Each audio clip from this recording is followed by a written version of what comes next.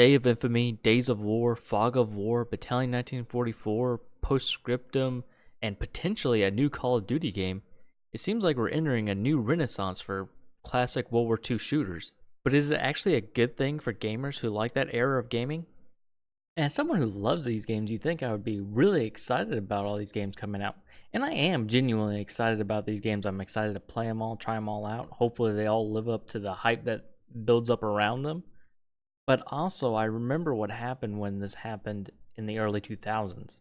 The last time we got all these World War II games, it actually didn't start with games. The frenzy for World War II related content started with movies, really. Really in 1998 with Saving Private Ryan, that kind of kicked things off.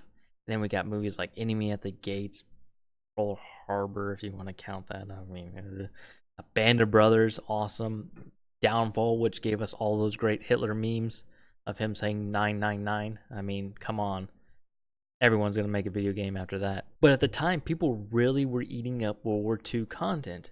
That thirst for World War II content did eventually come to video games, and probably directly inspired by Saving Private Ryan, Medal of Honor kind of kicked things off. But Medal of Honor wouldn't be alone for long. Games like Battlefield 1942 and Call of Duty came out very shortly after. And those games would inspire more World War II games to be made, like, Day of Defeat and Red Orchestra, which would go on to inspire even more people.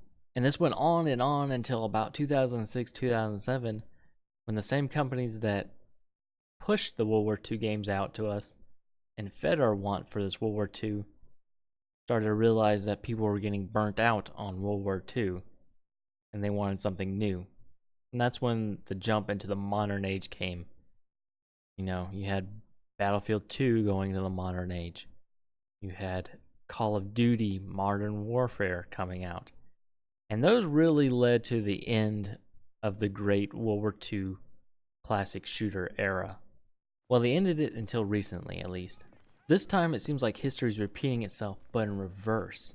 Video games are bringing back the crave for World War II content, and not massive games from publishers like EA and Activision with Call of Duty and Battlefields, but from small groups, indies mostly.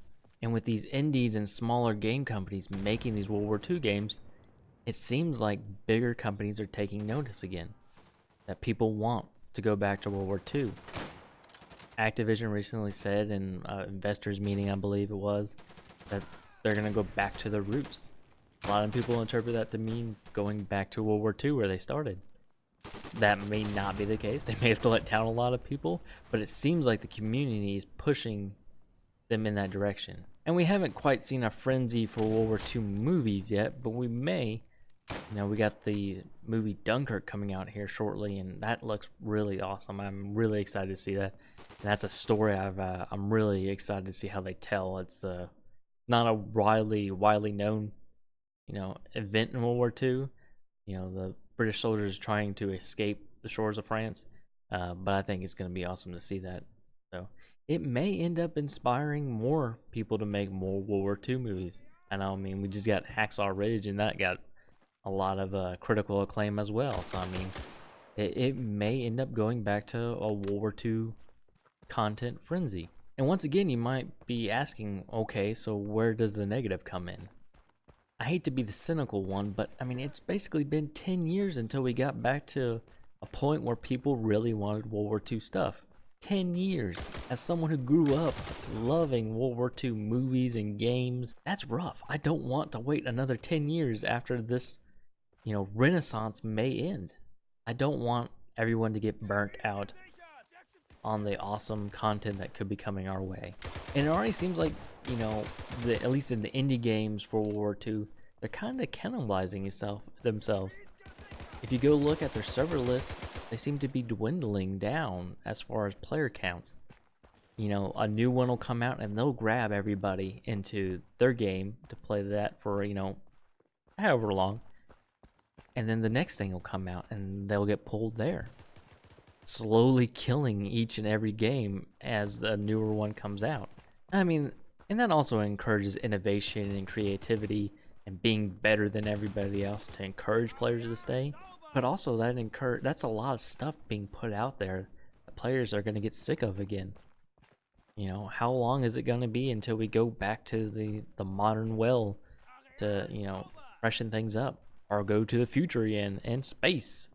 So these were just some of the things I was thinking about. Please let me know what your opinion of it is. I know I'm just rambling on, and it was just something I thought of. It's weird how history really does repeat itself.